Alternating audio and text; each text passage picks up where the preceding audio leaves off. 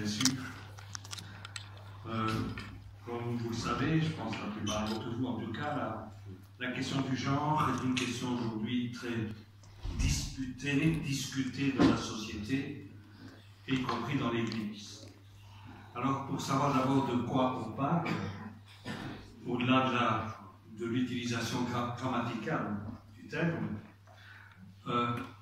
le concept de genre a été utilisé dans un premier temps pour analyser les discriminations dans la société qui s'imposent entre hommes et femmes. C'est en ce sens-là que le mot est utilisé pratiquement dans tous les documents de l'ONU, dans les agences de développement, comment créer des fraternités, etc., dans les syndicats, à l'Organisation internationale du travail, etc. L'utilisation de ce concept de genre fait appel alors à ce qu'on appelle les rôles sociaux imposés. Dans la société, certains rôles sont attribués aux hommes, d'autres sont attribués aux femmes.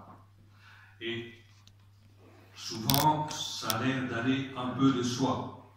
C'est moins évident aujourd'hui, donc il y a différentes analyses.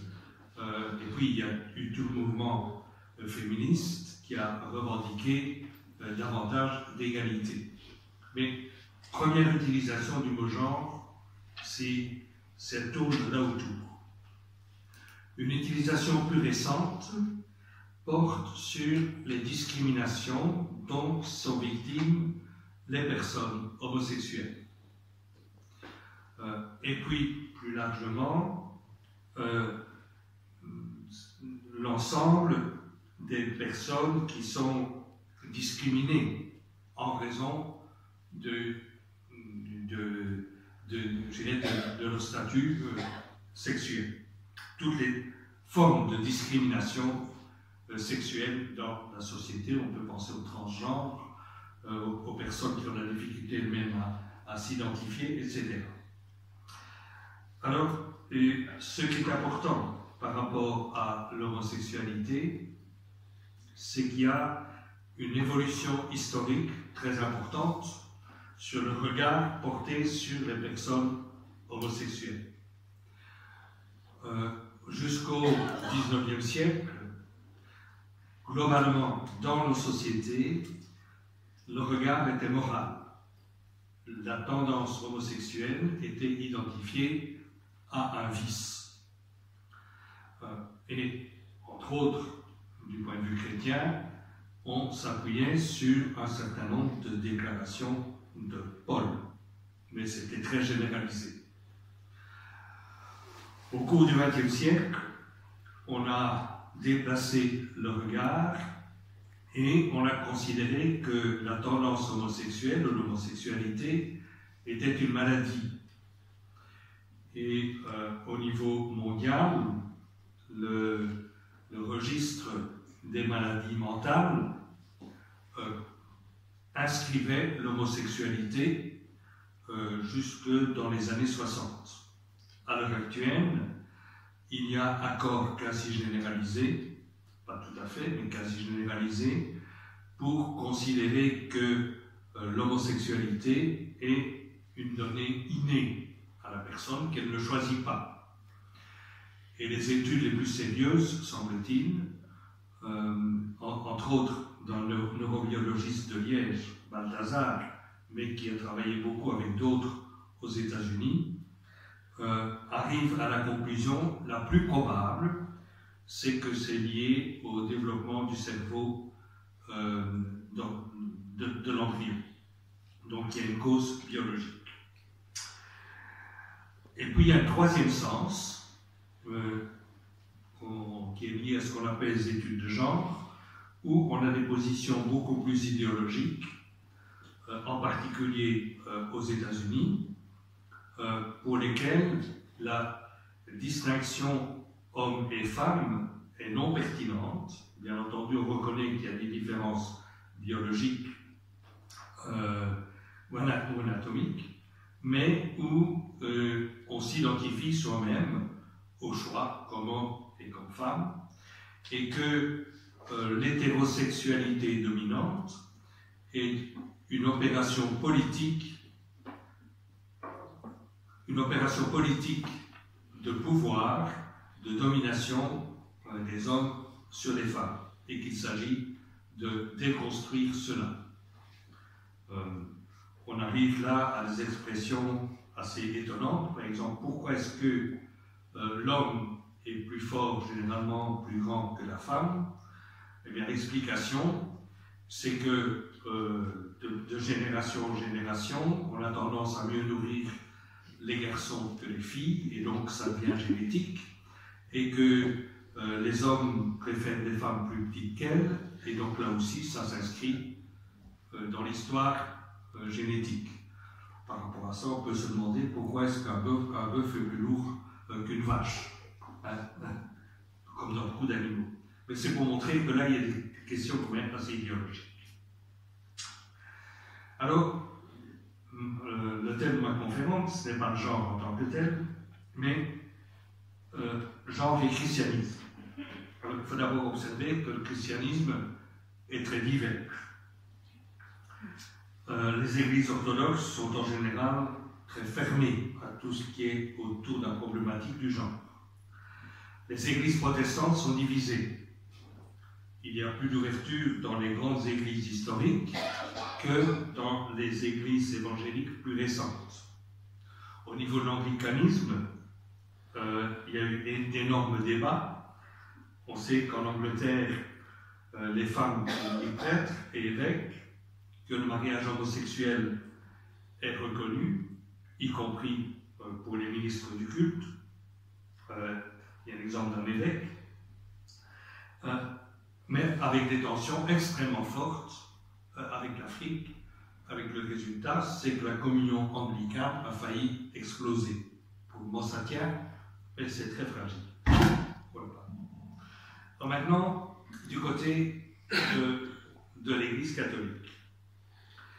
Je pense que là, il est important de distinguer le niveau officiel de la hiérarchie, Rome, la majorité des évêques, et l'opinion des croyants. Ça ne se recouvre pas toujours. Ce n'est pas le seul domaine, d'ailleurs. Alors, je me situe surtout par rapport à l'Europe occidentale. Les États-Unis, certains pays d'Amérique latine, c'est proche. En Afrique et en Asie, les questions se posent de façon très différente, donc je ne m'arrête pas là. Les croyants, eux, sont divisés entre hésitation, entre ouverture et rigidité. Par rapport à la discrimination homme-femme, généralement, il y a plus d'acceptation des critiques. Par rapport à l'homosexualité, c'est plus compliqué. On a bien vu en France, avec tous les débats autour du mariage pour tous, il y a un véritable clivage au niveau de la société, mais aussi au niveau de l'Église, au niveau des croyants. Dans le discours officiel de l'Église, il y a une sorte de tabou sur le mot même genre. Et quand on l'utilise toujours de façon critique, négative. Pourquoi? D'un côté, le discours le plus officiel de l'Église critique dans la société les discriminations entre hommes et femmes, milite pour la reconnaissance de l'égalité dans une certaine différence. Il y a de multiples textes du magistère de l'Église qui prend position là-dessus, et des interventions aussi au niveau des conférences internationales, etc.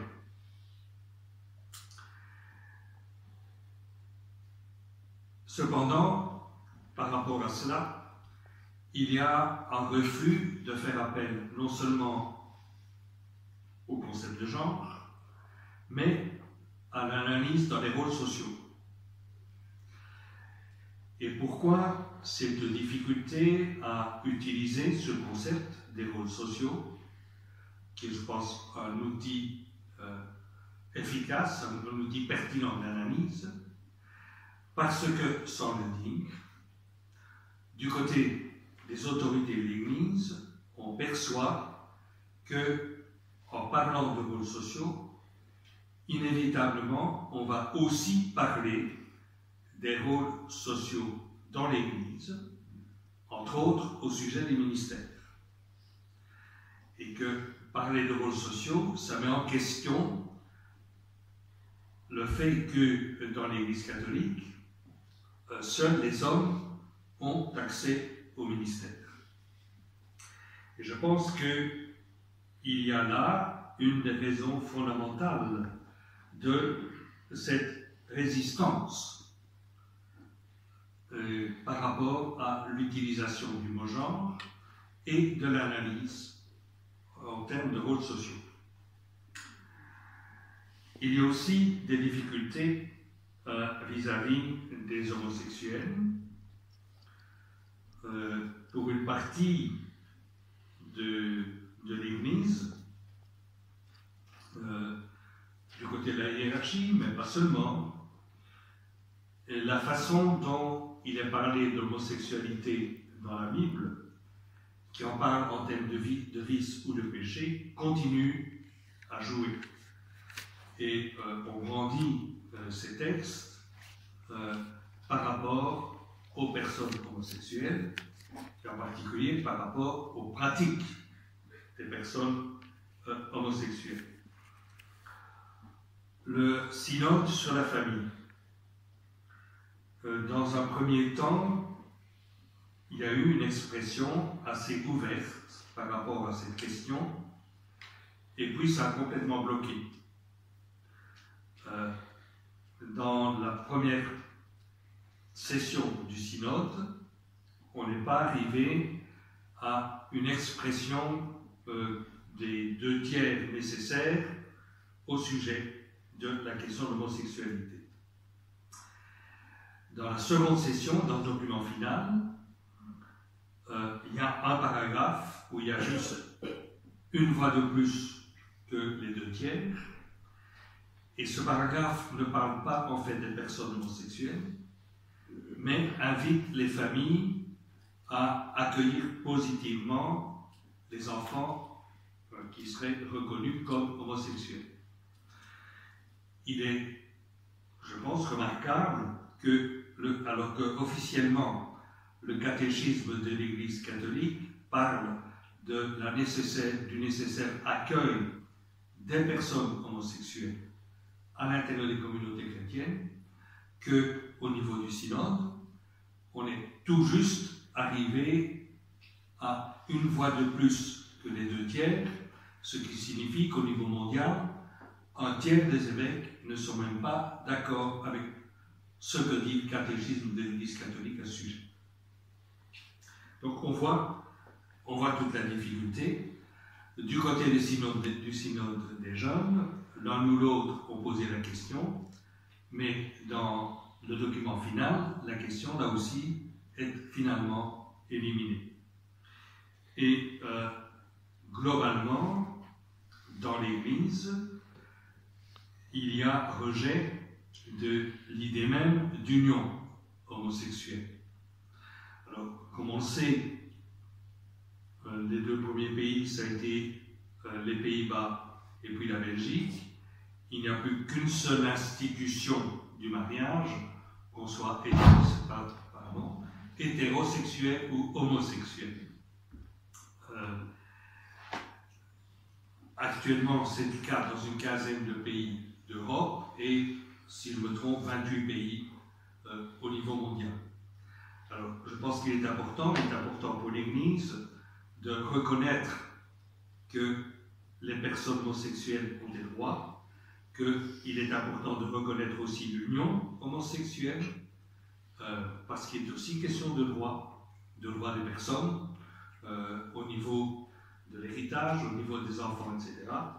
On peut discuter du fait est-ce que c'était souhaitable ou pas de parler de mariage, parce qu'il reste différence par rapport à la possibilité de la génération entre mariage hétéro et mariage homo. Le fait est là que dans un certain nombre de pays, et de plus en plus de pays, et ça va s'étendre, qu'il n'y a plus qu'une seule institution. Et je pense qu'il est important pour l'Église de le reconnaître. À l'heure actuelle, les choses bougent. De ce point de vue-là, il y a eu une assemblée générale de la conférence épiscopale allemande il y a quelques mois. On sait que c'était à l'ordre du jour, l'union homosexuelle. Il n'y a pas de communiqué officiel qui en est sorti, parce qu'il n'y a pas d'unanimité, mais le cardinal Marx, qui est le président de la conférence épiscopale allemande, a dit, lui, publiquement, que suite à cela, il souhaitait qu'on puisse, dans l'Église, proposer une forme de bénédiction des couples homosexuels. Donc on voit que les questions bougent, mais aussi avec beaucoup de réticence. Alors, ce qui me semble, c'est que assez largement, dans l'Église, on prétexte de ce que je considère comme un certain nombre de dérives idéologiques autour du genre, la mise en question de l'hétérosexualité et des expressions comme cela, pour faire du genre, du terme genre, je dirais une sorte d'épouvantail qui permet de ne pas affronter les véritables questions. Et, à mon avis, joue aussi, dans l'Église catholique, la difficulté à affronter aujourd'hui toutes les évolutions de la culture par rapport à la sexualité.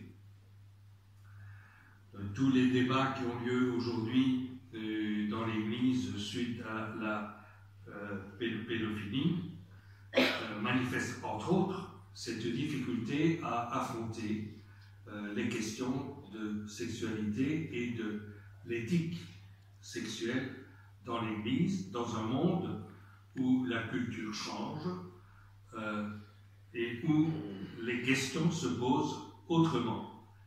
Je dirais que par rapport à la tradition, où une certaine idée de la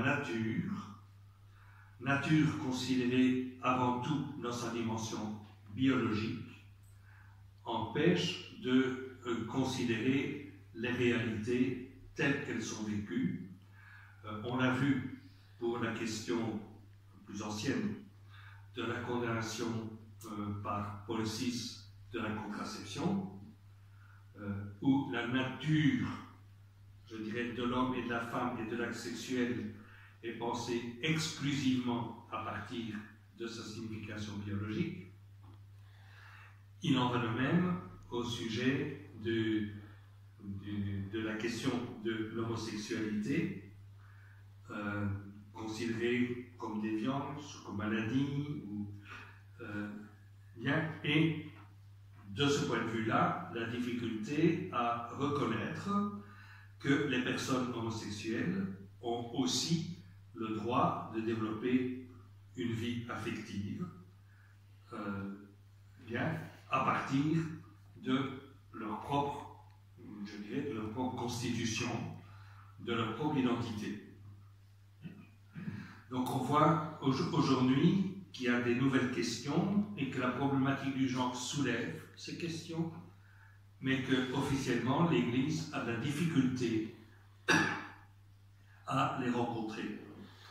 Et comme bien souvent, je pense, par rapport aux questions nouvelles, c'est au niveau de l'expérience des personnes, réfléchies en communauté, réfléchies à partir de philosophes, réfléchies à partir de théologiens, que les pratiques autres progressivement se mettent en place et peuvent être reconnus.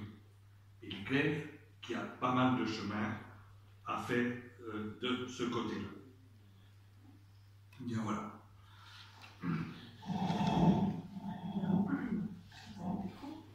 Oui, non, ça va, on parlera après. Merci beaucoup, Ignace.